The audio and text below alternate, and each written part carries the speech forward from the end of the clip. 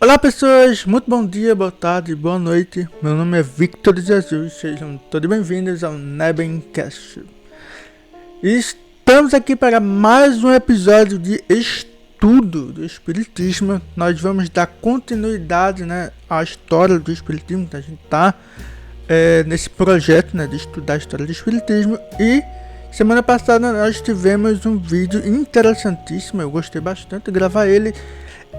Falando sobre a inteligência artificial. Foi muito bom, eu espero que vocês tenham gostado e tenham se atentado, às coisas para tomar cuidado com a inteligência artificial.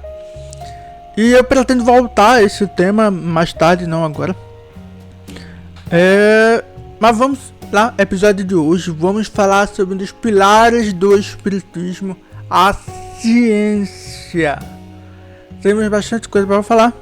Vamos começar logo esse episódio, mas antes de dar alguns recadinhos importantes. Na verdade, recadinho não, lembrete, algumas notificações importantes a gente dar, que essa semana, nós tivemos aí o falecimento de dois personagens muito importantes da nossa história, a história do Brasil, da América Latina como um todo. A gente teve, a partida de Divaldo, Pereira Franco. Ele partiu essa semana. Ele desencarnou, como os espíritas gostam de falar, desencarnou essa semana. E também tivemos um personagem ilustre, que foi o Pepe Mujica. Ele também faleceu no mesmo dia, basicamente. Se eu não me engano, foi no mesmo dia mesmo. Tanto o Divaldo como o Pepe Mujica faleceram essa semana. Então, que a espiritualidade tenha recebido muito bem. Eles fizeram muita coisa nesse mundo, fizeram muito bem a muita gente. E o Pepe Mujica, tanto o Divaldo, os dois são grandes exemplos a serem seguidos. E vamos, então, depois das condolências na família e todo mundo, vamos dar continuidade ao nosso trabalho, nosso projeto. Isso aí. Roda a vinheta. Pode rodar, roda a vinheta, roda a vinheta.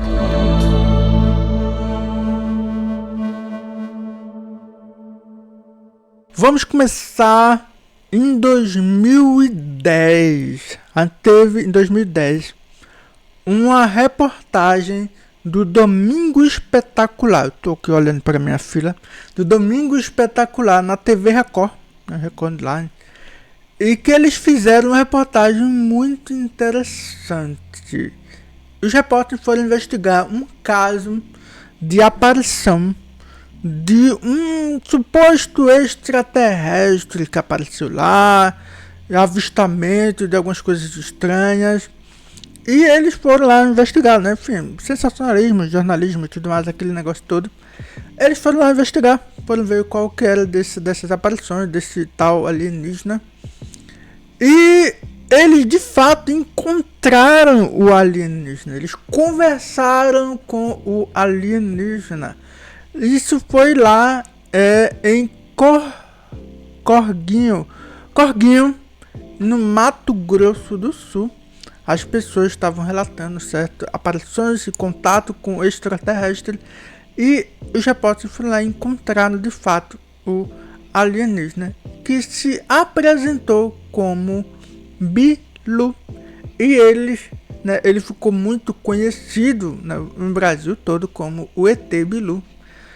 E ele vem trazer pra gente, os repórteres fizeram a pergunta para ele, o que é que ele vem fazer aqui, o que é que ele traz, qual o conhecimento, qual é o conselho, que ele traz para nós. E então o ET Bilu responde: apenas que busquem conhecimento. E eu tô trazendo isso porque eu gosto muito dessa frase, apenas que busquem conhecimento, porque é isso que a humanidade se resume. A gente tá aqui o tempo todo na busca do conhecimento, na busca de entender o mundo ao nosso redor. Isso é desde sempre, desde desde que o ser humano se tornou um ser humano, desde que ele despertou a consciência, que ele passou a observar o mundo ao seu redor e a tentar explicar o que são aquelas coisas, o que é essa bola incandescente que passa todo santo dia, né? Essa bola incandescente que sobe, ele anda o céu todinho, ele desce ali e aí aparecem uns vários pontinhos brilhando em cima. O que é tudo isso? O ser humano vem o tempo todo tentando explicar todas as coisas que acontecem ao nosso redor. Esta observação, essa busca por entender essas coisas é ciência. A gente está falando aqui de ciência, de buscar entender a natureza ao nosso redor. E para gente começar, o que é ciência? O nosso ponto-chave aqui pra gente. Ciência, novamente a fila aqui, sempre tem a fila aqui, tá certo? Então eu escrevo as coisinhas aqui para poder servir de guia pra gente. O que é ciência? Ciência é um sistema de conhecimento baseado na observação, experimentação e raciocínio lógico para compreender os fenômenos naturais, sociais e tecnológicos. Ela busca explicar o mundo por meio de hipóteses, testes e teorias que podem ser revisados conforme novas descobertas. Isso é ciência. Eu vou até ler de novo esse comecinho. Ciência é um sistema de conhecimento baseado na observação, experimentação e raciocínio lógico para compreender os fenômenos naturais. Eu acho que aconteceu. Não, tá tudo certo. Para compreender os fenômenos naturais. E veja só, pessoas do meu coração, isso é ciência. A gente está o tempo todo buscando entender tudo ao nosso redor e encontrar explicação, porque é tão pelo menos para mim, quando eu não entendo uma coisa, a gente entra numa certa angústia, sabe, de meu Deus, o que é que está acontecendo aqui, por que isso está acontecendo, e a gente vai tentar descobrir, e aí a gente elabora várias hipóteses para tentar entender aquilo dali. Isso faz parte de nós, está intrinsecamente dentro de cada um dos seres humanos. Nós já nascemos com esse gosto por tentar descobrir as coisas. Isso é desde que a gente nasce, sabe? O recém-nascido está dentro dele, do seu instinto de ser humano, descobrir o mundo ao seu redor. Mas como é que tudo isso começou? Como é que toda essa história começou? Então a gente vai lá do comecinho, porque essa história, ela não começou ontem, não começou lá em 1900 e alguma coisa, 1800, ela começa há muito tempo. Se a gente está falando de instinto humano, a gente está falando de seres humanos lá do tempo do Neolítico, lá atrás. A gente está falando de Neolítico, lá atrás. A gente vai falar o quê? Das primeiras civilizações, porque sim, essas primeiras civilizações tinham ciência, mas elas tentavam explicar o mundo de uma forma diferente. É justamente com as mitologias e as religiões dessas primeiras civilizações. Elas estavam lá, elas surgem, né? Elas agregam a sociedade justamente para tentar trazer uma explicação do porquê aquelas coisas da natureza aconteciam. Por mais que essa explicação fosse, vamos dizer assim, hoje em dia a gente tem um certo conhecimento, né? Hoje em dia a gente tem essa ideia de que essas explicações eram fantasiosas. Por mais que fossem fantasiosas, era uma explicação, era uma tentativa de dar uma razão por aquelas coisas que estavam acontecendo. Existia ali algo que fazia sentido para ele. Uma das melhores, mas um exemplo que eu gosto bastante é justamente a história de Perséfone e Hades. Vocês já devem ter ouvido falar dessa história, né? Conhecem da mitologia grega. Perséfone é a esposa de Hades, né? Mas antes, né, a gente tem essa história, é uma história bem intrigante, vamos dizer assim, que a Perséfone meio que se apaixonou. Eu não me lembro de toda a história, mas resumidamente a Perséfone estava lá com Hades, se apaixonou pelo Hades, foi lá morar no Hades, né? No submundo, no mundo dos mortos da mitologia grega.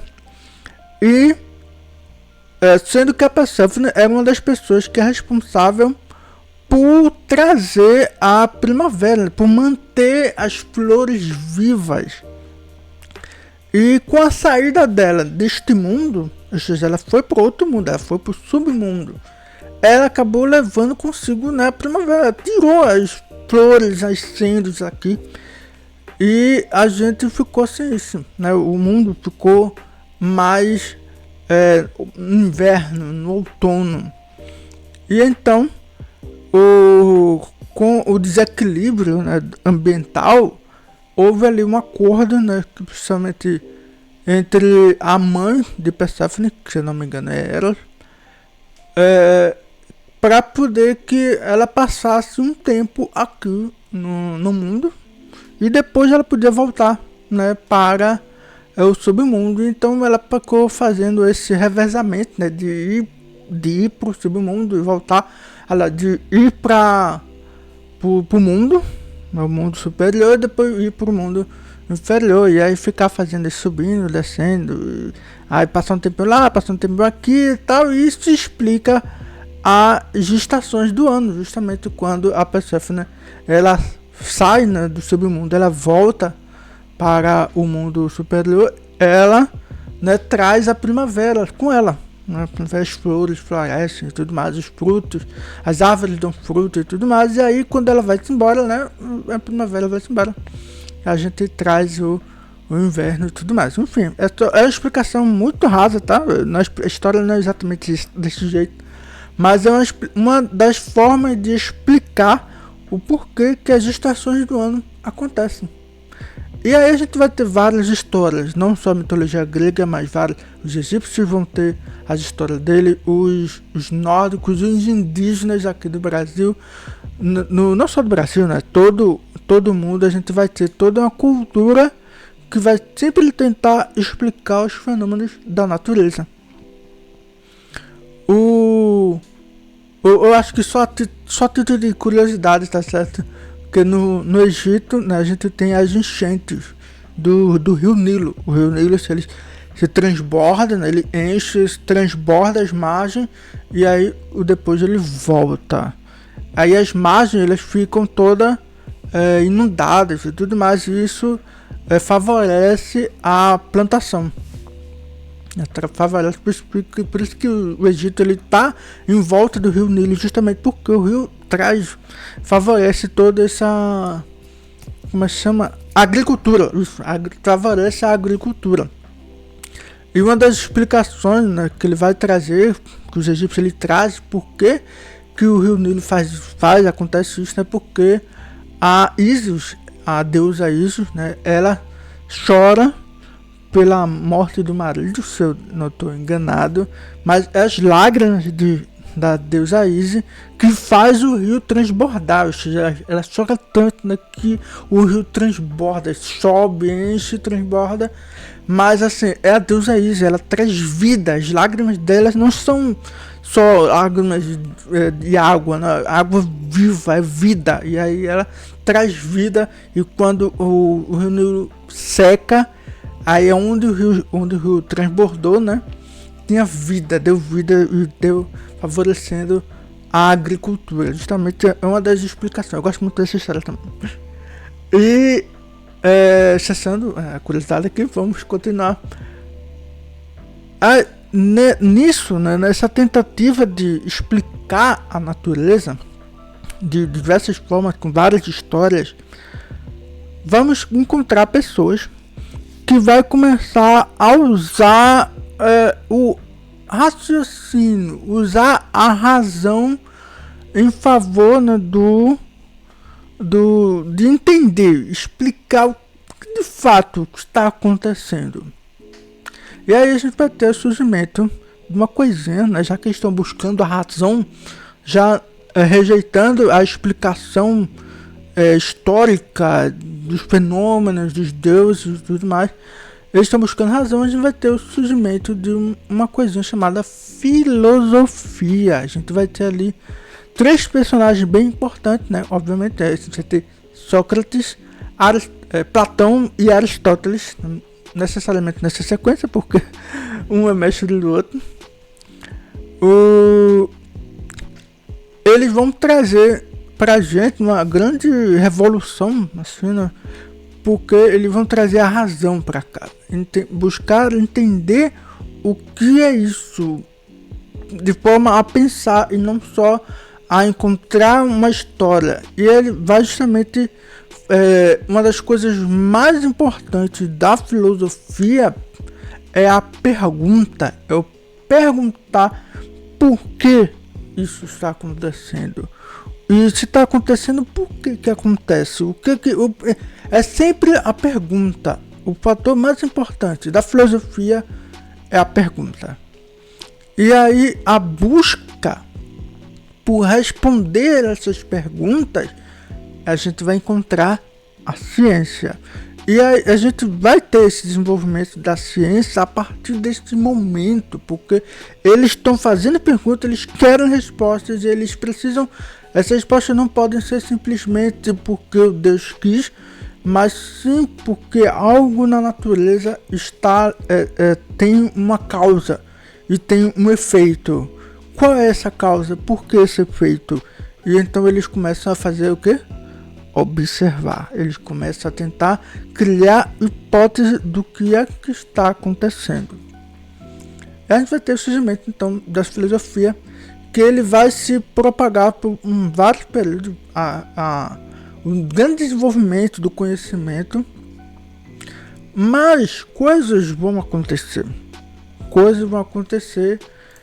porque com o passar do tempo, né, a gente tem ali o surgimento da Igreja Católica, e com isso a gente chega na Idade Média.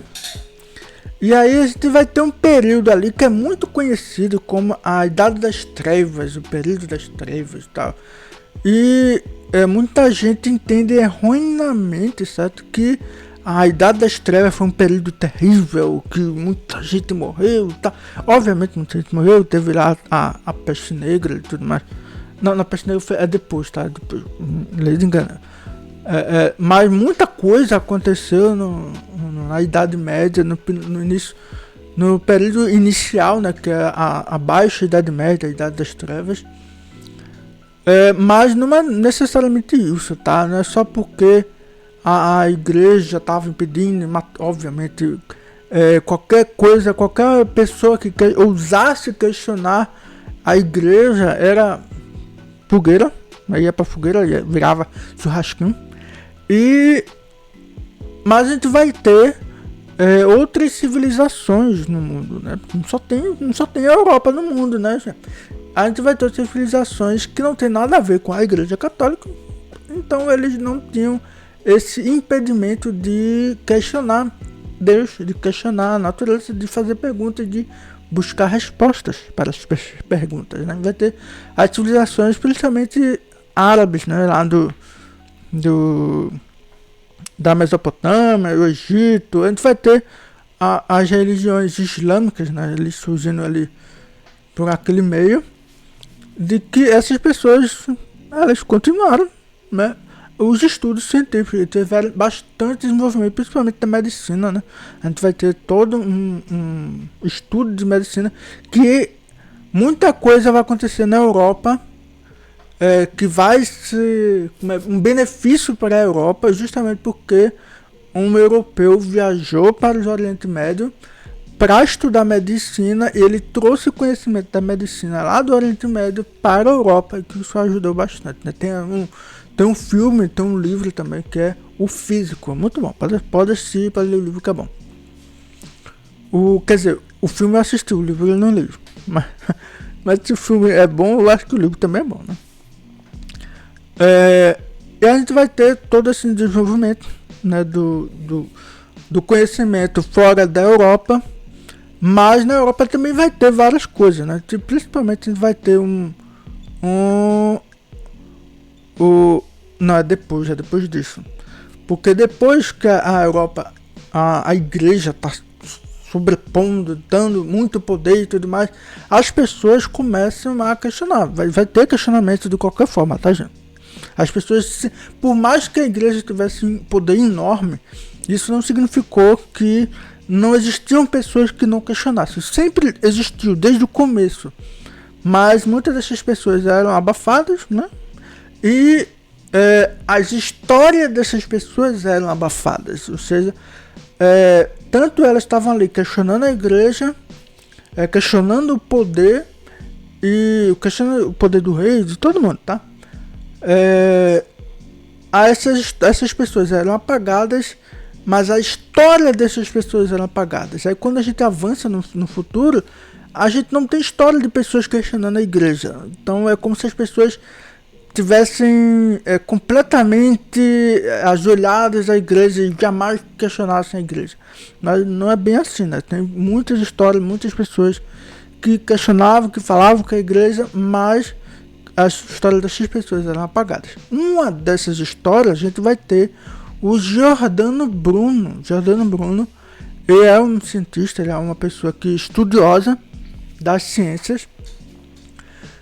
E ele começou a questionar a igreja de que esse negócio aí que a igreja trouxe, né? Porque a igreja ela vai trazer pra gente o teocentrismo e o egocentrismo não, mas geocentrismo.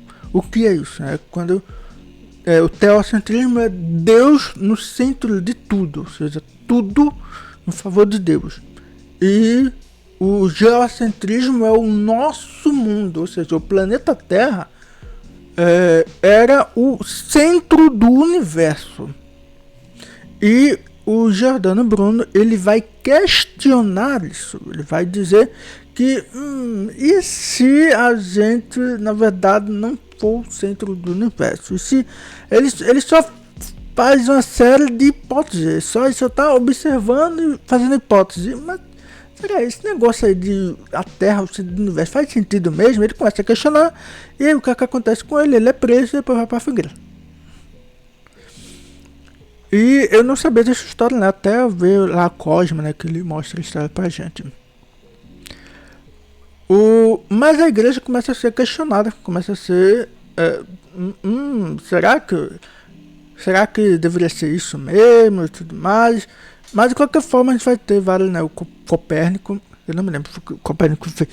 Mas tem Galileu Galilei, vocês lembram de Galileu Galilei? Foi o que ele fez, que ele também questionou a igreja. Esse negócio aí de a Terra é o centro do universo não faz sentido e tal. Aí a igreja, retire o que você disse. Aí ele, tá bom, retiro. Não tá mais aqui quem falou. Aí ele foi, né, condenado a ficar em cárcere privado. E ele ficou em casa, né? Ficou... Como é que chama? A prisão domiciliar, alguma coisa assim. Nisso ele não parou de estudar, ele continuou estudando, né? Mesmo contra a vontade da igreja, ele continuou estudando, mas ele só não divulgou. Mas ele tem sim os seus devidos discípulos, devidos aprendizes, né? Que espalharam, né? Levaram para frente os seus conhecimentos, as suas teorias de que a Terra não é o centro do universo. E a gente tem também, na Idade Média, né? Newton, sabe Newton? Pronto, ele mesmo, ele vai escrever o livro dele, né? Como é a teoria do cálculo? O cálculo? Teoria da matemática? Alguma coisa assim. Eu não estou lembrado agora. Mas vai ter Newton também nessa época da Idade Média. Eu acho que é mais para a Idade Média alta, né? período, tem o período que as pessoas chamam de Baixa Idade Média, que é a Idade das Trevas, né? E a gente tem o período da Alta Idade Média, que é justamente nesse período de Alta Idade Média que a gente tem essas pessoas, esses personagens bem importantes. Mas a igreja vai começar a se enfraquecer, ela vai começar a perder o seu poder, justamente devido às suas diversas corrupções, né? Porque qualquer coisinha que falava contra a igreja era prisão e tortura e tudo mais. E a gente vai ter um personagem bem importante, que é o Martin Lutero, que ele vai questionar veementemente a igreja, vai romper com a igreja, vai fundar uma nova igreja, que são os protestantes, né? A história dos protestantes começa aqui. E a gente vai ter também o surgimento, o início de uma nova classe, uma nova ideia surgindo, sabe? Um tal de comerciante, um pessoal que entendia bem do dinheiro, sabia comercializar, ficava ali no meio dos burgos, né? Que assim a gente tá falando da burguesia, o surgimento da burguesia justamente com os comerciantes, o pessoal que tinha dinheiro. Os burgueses não tinham sangue, não tinham família nobre, nobreza, título e tudo mais, não tinham terra, mas eles tinham dinheiro. Então essa nova classe começa a surgir na sociedade, mas é aqui com o enfraquecimento, né, do poderio da igreja, com os questionamentos da igreja e tudo mais, a gente vai ter o surgimento de um conhecimento mais aflorado e um conhecimento para se voltar para a antiguidade, enquanto que a igreja estava impelindo que todo aquele conhecimento que as pessoas estavam desenvolvendo lá na antiguidade, com os gregos e tudo mais, com a filosofia assim, abrindo as mentes, a gente vai ter um olhar de volta para esse movimento. É justamente o renascimento. A gente vai ter, são as pessoas, é um movimento artístico, um movimento científico, que vai se olhar de volta para o mundo clássico, para a antiguidade, para os gregos, romanos e tudo mais. E a gente vai surgir, né, o egocentrismo, onde a gente vai começar a tirar Deus do centro de tudo e a gente vai colocar o ser humano no centro de tudo. E isso vai trazer pra gente um movimento, o iluminismo. É claro que eu tô explicando as coisas de forma cadenciada, tá? Mas não foi assim, uma coisa aconteceu e depois outra, não foi um efeito dominó, sabe? Tem esse efeito dominó, claro, mas as coisas não foram tão simples assim. Eu só tô explicando de forma didática, tá?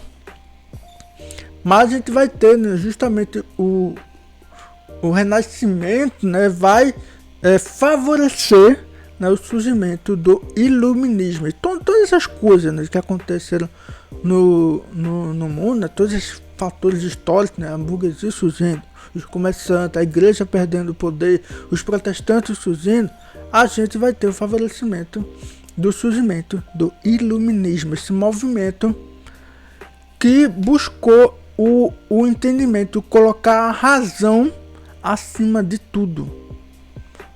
E a gente vai ter um movimento histórico assim, que acontece que as pessoas se reuniam, sabe, aqueles bares, café, o pessoal que toma, se reúne para tomar um cafezinho, um chazinho e tudo mais. Então a gente vai ter muitos desses locais sendo frequentados por pensadores, e é nesses locais que vai ter justamente essas conversas entre esses pensadores, para que eles começam a conversar entre si, e essa conversa vai se evoluindo para coisas maiores. E a gente tem o financiamento da burguesia, porque a burguesia agora estava surgindo como classe, e aqui eles vão perceber que tem bastante dinheiro, vão perceber que esses pensadores aí, esse pessoalzinho aí que está pensando demais, o que eu vou fazer? Eu vou dar dinheiro para esse povo. E aí a gente vai ter muita coisa acontecendo, justamente por causa disso. E a gente vai ter um livrinho chamado, esse é um livro que ninguém conhece, ninguém sabe, ninguém nunca ouviu falar, chamado Enciclopédia. A gente vai ter o surgimento da enciclopédia justamente nesse período, com esses pensadores, as pessoas escrevendo livros e colocando muito conhecimento compactado em um livro. E aí são vários livros, tá? Não é só um livro, são várias versões, vários conhecimentos foram colocados em vários livros. E essas enciclopédias justamente é um dos símbolos desse movimento do iluminismo.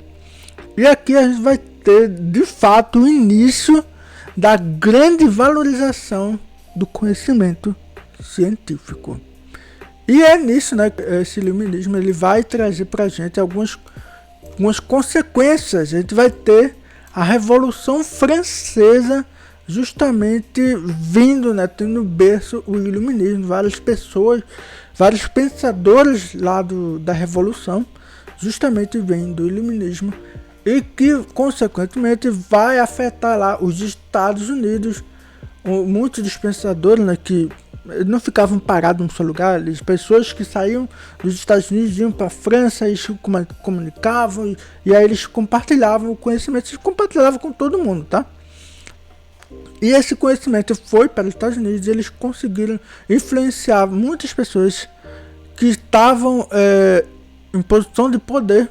Eles conseguiram a independência dos Estados Unidos e consequentemente a gente vai chegar em várias coisas. Acontece aqui no Brasil também esse movimento, esses pensadores não só vão para os Estados Unidos, vão para o mundo todo.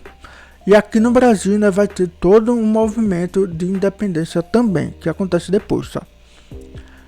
E a gente vai ter também a Revolução Industrial, também favorecido por todos esses movimentos.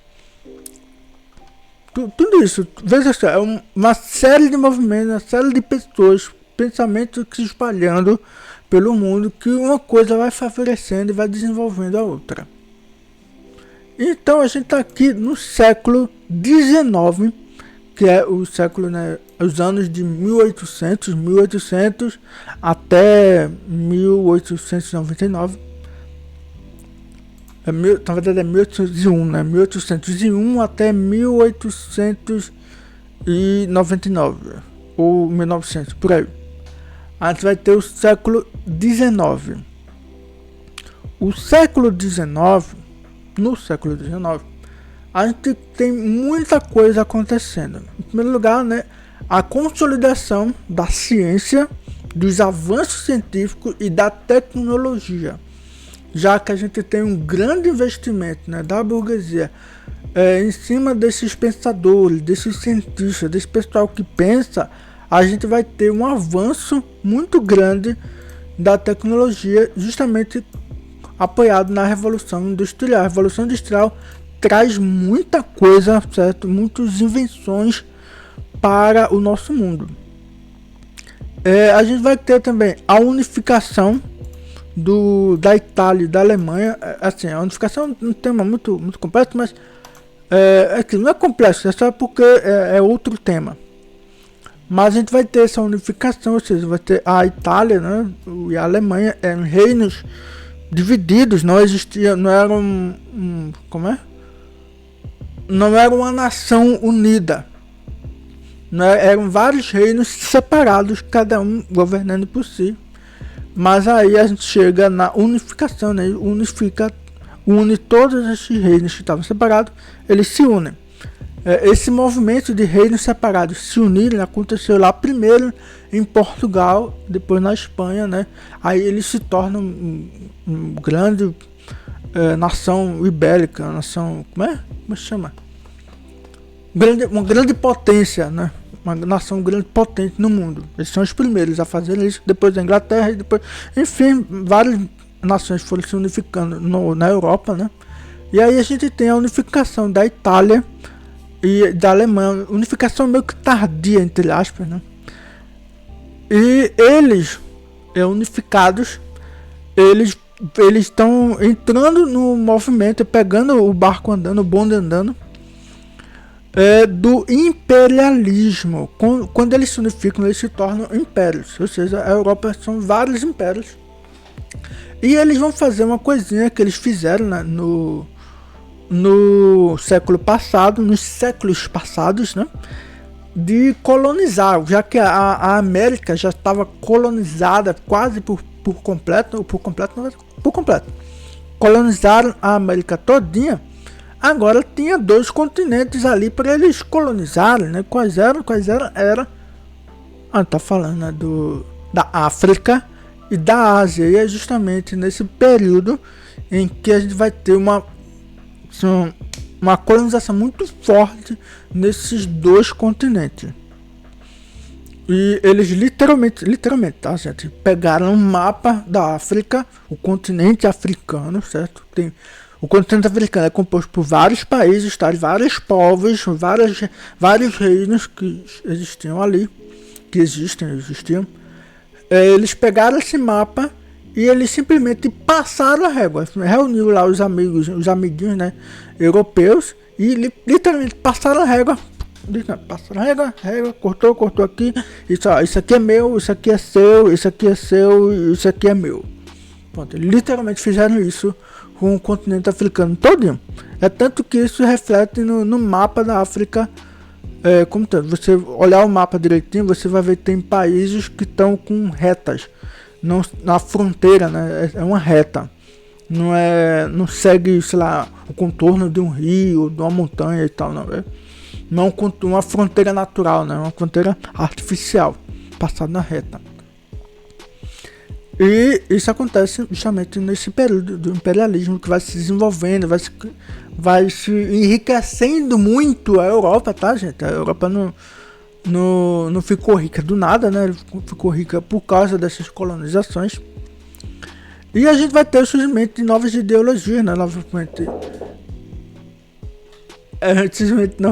ideologias, né? Vai ter justamente com esses pensadores, né? O pessoal pensando, e vai trazer pra gente o liberalismo, né? O pensamento econômico capitalista que existe no mundo começa ali. E a gente vai ter o surgimento do socialismo, apesar dos pesares, ali o pessoal conseguiu pensar no socialismo, pensar nas pessoas, né? Justamente lá com Karl Marx, Engels e tudo mais. E o anarquismo também. Enfim, são vários movimentos, tá? Não é só isso. Muita coisa aconteceu. E a gente vai ter também as apresentações científicas, que é um movimento, porque os cientistas estavam lá pensando, né, desenvolvendo tecnologia, desenvolvendo avanços científicos muito importantes. Só que isso ficava entre eles, né? Como é que as pessoas iam receber tudo isso? Como é que isso ia impactar a vida das pessoas, né? E isso era feito justamente com a apresentação, literalmente a apresentação. Os cientistas faziam apresentações ao público.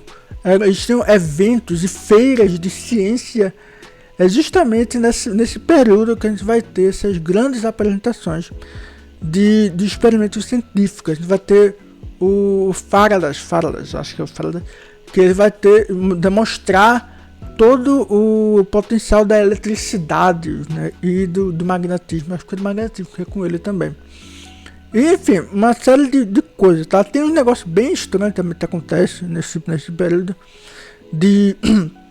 eu acho que foi nesse período, se eu não tô enganado, tá? Foi nesse período que tentaram mostrar o poder da eletricidade eletrocutando um elefante. Literalmente eletrocutaram um elefante na frente de todo mundo. O público viu lá o bichinho morrendo. E aí o pessoal, nossa, incrível e tal. Enfim, não sei qual foi. A reação foi meio que mista, eu acho. Não tô lembrado exatamente das reportagens. Mas a gente tem toda essa evolução. Veja, a gente tá em 1800, nos anos de 1800, no século XIX. E tudo isso acontecendo.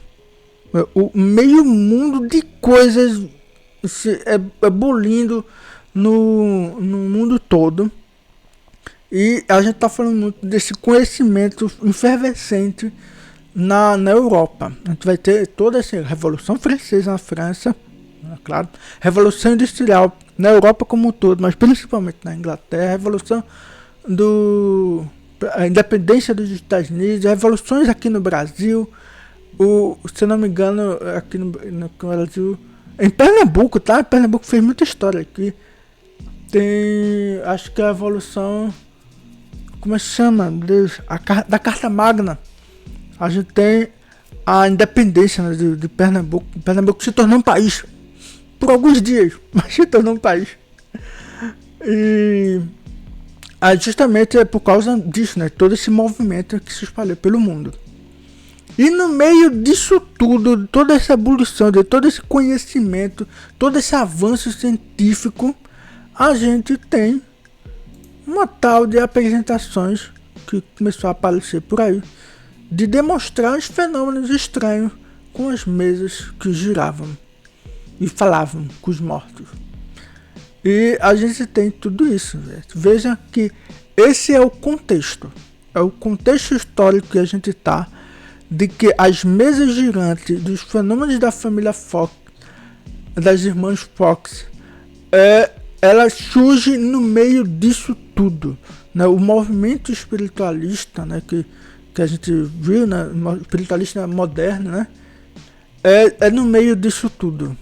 Foi no meio disso tudo, essa evolução científica de estudo, de pensamento, que surgiu todo esse movimento espiritualista e das mesas girantes, desses fenômenos estranhos que os cientistas passaram a demonstrar, justamente quando, lembra, das meninas faziam as apresentações de demonstrações científicas e tudo mais, demonstrações dos fenômenos, justamente por causa disso, porque já vinha acontecendo essas apresentações, que os cientistas precisavam demonstrar para o público como é que era, qual que era esses avanços científicos. Tanto que, vamos dizer que eles descobriram nessa época, né, a invenção do telefone. Como é que as pessoas iam usar o telefone só sendo um avanço científico lá que o pessoal descobriu e tal, né? Eles precisavam fazer essa demonstração pública, eles precisavam que as pessoas usassem o telefone. Isso à toa não, é próprio deles venderem, né? Senão, como é que eles iam vender o telefone sem que as pessoas descobrissem e ficassem encantadas com toda essa tecnologia? Então, tudo isso foi possível por causa do avanço da tecnologia, do avanço científico. E a gente vai aqui pegar um pouquinho de teoria. A gente tá aqui avançando um pouquinho no tempo, tá bom. O avanço, essa tecnologia, essa ciência, ela só foi possível porque a característica fundamental da ciência, certo? Assim, é indispensável, certo? Tudo isso que vocês viram na história que aconteceu por causa dessa característica fundamental, que é o método científico. Sem isso, não existe ciência, tá? Sem método científico, não existe ciência. E aqui a gente tem o método científico, ele é feito por alguns passos. Sim, e parece que é algo complicado, parece que é algo, meu Deus do céu, tem que fazer faculdade para isso e tal, blá blá blá. Mas não, tá? O primeiro passo do método científico é a observação. Observar. E olhar o fenômeno. Esse é o primeiro passo. Observa. Não diga nada. Apenas observe. O segundo passo é a formulação de hipótese para tentar explicar o que você está observando. O que é que você está observando? Vamos tentar explicar o que é que está acontecendo. O que é que você está vendo. Aí, nessa tentativa de explicação, você vai elaborando várias teorias. Aí, beleza, teorias. Temos teorias aqui. Observamos, fizemos uma teoria e agora? O terceiro passo é a experimentação. É testar e verificar a hipótese. Ou seja, você elaborou uma teoria através do que você observou. Agora você vai experimentar, vai pegar essa teoria, pegar essa hipótese e botar ela em prática. Tirar da cabeça, botar no papel e botar ela em prática. Certo? Botou em prática. E o que é que a gente faz agora? Pronto, botou em prática. O que é que a gente vai fazer? Agora a gente vai analisar os resultados. Qual é o resultado da prática que a gente botou? O resultado é que não deu certo. Significa que a nossa teoria não deu muito certo. O que é que a gente faz agora? Larga tudo, é isso. Deus, é mistério de Deus, é isso aí? Não deu certo. O que a gente faz? A gente volta. A gente pode voltar a observar. A gente vai voltar a fazer novas explicações, novas teorias. E aí a gente faz? A gente testa. E aí a gente depois analisa de novo. Não deu muito certo. O que é que a gente faz? Volta de novo. É um ciclo. Aqui, a gente vai fazendo isso, vai analisando, observando, observando, analisando, fazendo, formulando hipótese, experimentando, analisando essa hipótese dessa experimentação. E se não der muito certo, a gente volta para a hipótese de novo. A gente vai, experimenta, volta, vai, enfim, é um ciclo sem fim não. Até que a gente encontre de fato uma hipótese que, essa hipótese aqui está explicando bem o fenômeno que a gente está observando. A gente acabou de experimentar e de fato está comprovado que o que a gente observou, a hipótese que a gente criou. E agora a gente tem aqui uma conclusão. Chegamos a uma conclusão. E agora? Acabou aqui, pronto, batemos o martelo, é isso daí. Ninguém mais mexe nisso de jeito nenhum. Observou, temos uma conclusão. Essa conclusão tem que ser o tempo todo submetida a novos experimentos, a novas observações, porque a ciência ela só evolui dessa forma. Tudo isso que a gente viu, toda essa história que a gente passou, tudo isso só aconteceu porque todos os cientistas, todas as pessoas que pararam para pensar, elas observaram, elas formularam a hipótese, elas experimentaram o que estavam pensando, analisaram os resultados, analisaram os resultados, testaram novamente, formularam novas hipóteses, testaram, analisaram e chegaram à conclusão. Acabou não, observamos novas coisas, tem outras coisas aqui nessa conclusão que podem nos trazer novas hipóteses. Então beleza, vamos observar novamente essa conclusão, vamos formular novas hipóteses, vamos testar novamente, vamos analisar e concluir e testar e analisar e assim sucessivamente. A ciência nunca para, jamais deve parar. A ciência não é estática, a ciência é dinâmica, o tempo todo ela está sempre buscando entender a nossa realidade, certo? Não é algo que é isso, acabou, fechamos os olhos, pronto. É por isso que aqui uma coisa aí aqui, certo? Aqui é uma coisa minha, tá? Coisa minha, eu, Victor de Jesus. Uma coisa minha que eu acredito, porque assim, uma coisa que Kardec ele vai trazer pra gente é que o espiritismo ele é de base científica, certo? Ele é uma filosofia com base científica, com consequências morais. A Kardec ele vai trazer pra gente, né, que tudo tem todo o livro dos espíritos e tal, mas se em algum ponto do livro dos espíritos, do conhecimento espírita em geral, a gente divergiu, né, da ciência, tipo, aqui se comprovou que a ciência tá certa nesse ponto aqui, nesse ponto a gente deixa o espiritismo e segue a ciência. Certo? Nesse ponto, não é para largar tudo. Largou tudo, nada presta. Não. É nesse ponto. Aqui a gente viu que a ciência comprovou que nesse ponto cientificamente está correto nessa análise. Significa que a gente não pode revisar depois? Significa, não. Significa que a gente pode e deve revisar sempre.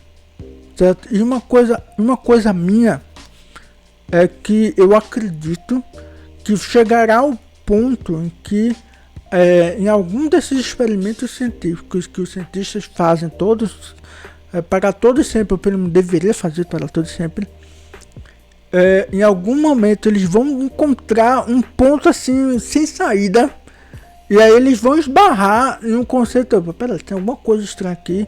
O que é isso aqui? E tem espírito. Eu acredito, eu tenho fé que algum dia isso vai acontecer, que eles vão fazer e acidentalmente eles vão descobrir o espírito. Mas no fim das contas, a maior lição que a gente pode tirar de tudo isso é que apenas busque conhecimento. Essa grande mensagem que a gente deixa, que para todo e sempre a gente sempre busque conhecimento.